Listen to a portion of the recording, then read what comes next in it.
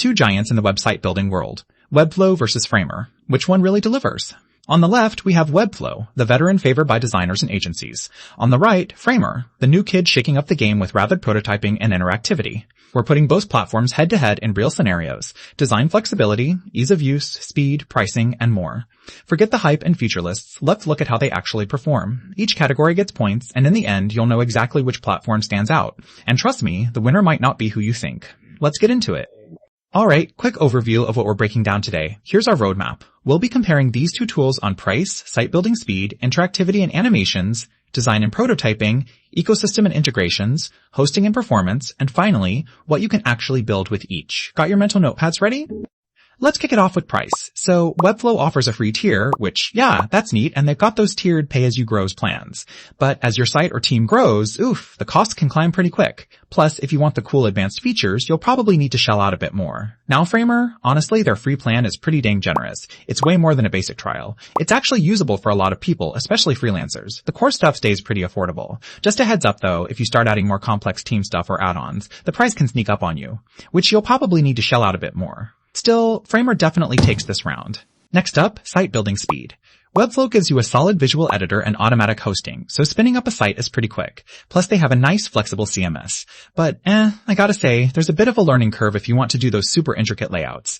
It's not exactly drag and drop for everything. Framer though, it's wild how instant everything feels. Real-time editing, drag and drop, and no-code animations right out of the gate. Some of the advanced controls aren't quite as in-depth, true, but seriously, if you just want to slap together something beautiful, fast, with Slack animations, Framer just runs circles in this category.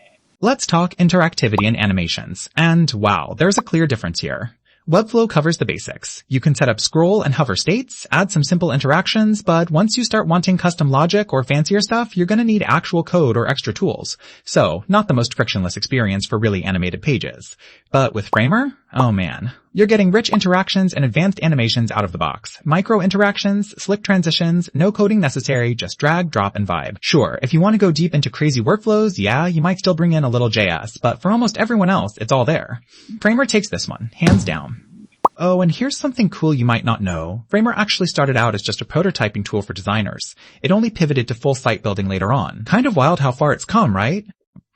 Alright, let's hit design and prototyping. Webflow's kind of the old soul here. Super professional tools, fantastic layout controls, and if you love working close to CSS, it's actually pretty fun. But if you're after rapid, dynamic prototyping, it's not quite as plug and play. Framer though, this is their comfort zone. The prototyping tools are best in class. Figma import, direct preview on your device. It's honestly awesome for designers who want to see their vision, like, come alive, instantly. Only catch? Framer leans hard into prototyping, so not as packed with backend tools. Still, for pure prototyping and design sizzle, Framer though, this is their comfort zone.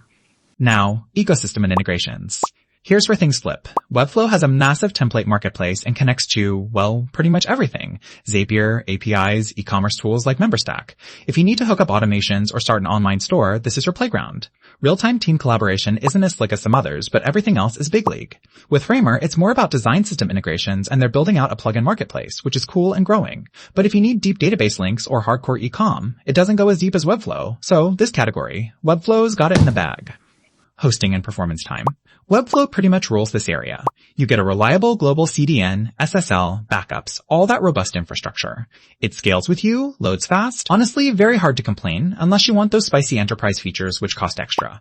Framer CDN is super speedy for landing pages and modern demos, like really quick, but you don't get as much backend hosting control, so if you want to customize the stack, bit limited. Still, for big performance and reliability, Webflow is just more versatile here. Lastly, let's talk use cases. Webflow's the go-to for marketing sites, portfolios, stores, and blogs. It handles all those classic website jobs beautifully. Only thing is, if you want something that acts like an app or has super deep custom databases, that's not really its jam. On the flip side, Framer is killer for landing pages and interactive concepts, like need to whip up a wow-worthy demo or prototype in hours, not days. This is your tool. But same catch, it's not built for huge data-driven applications. Honestly, I can't pick a clear winner. Each has some perfect fit use cases.